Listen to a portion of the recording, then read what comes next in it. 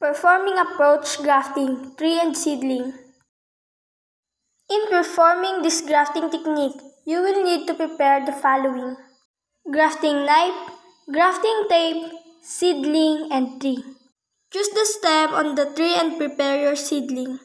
Identify the active growth part of the stem and seedling. The color is usually will a clash brown and green, and mostly located in the middle part of the root stem. Use this part for the union.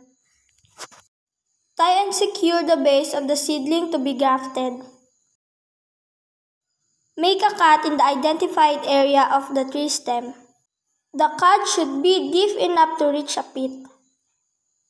Remove the cut part. Do this also to the other.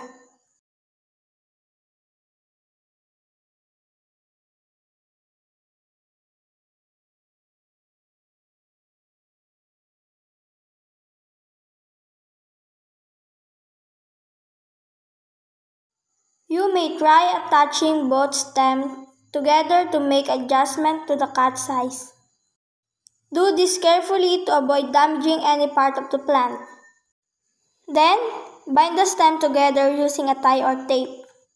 In tying the down stem, provide a gap to let the grafted part get dry to avoid infection.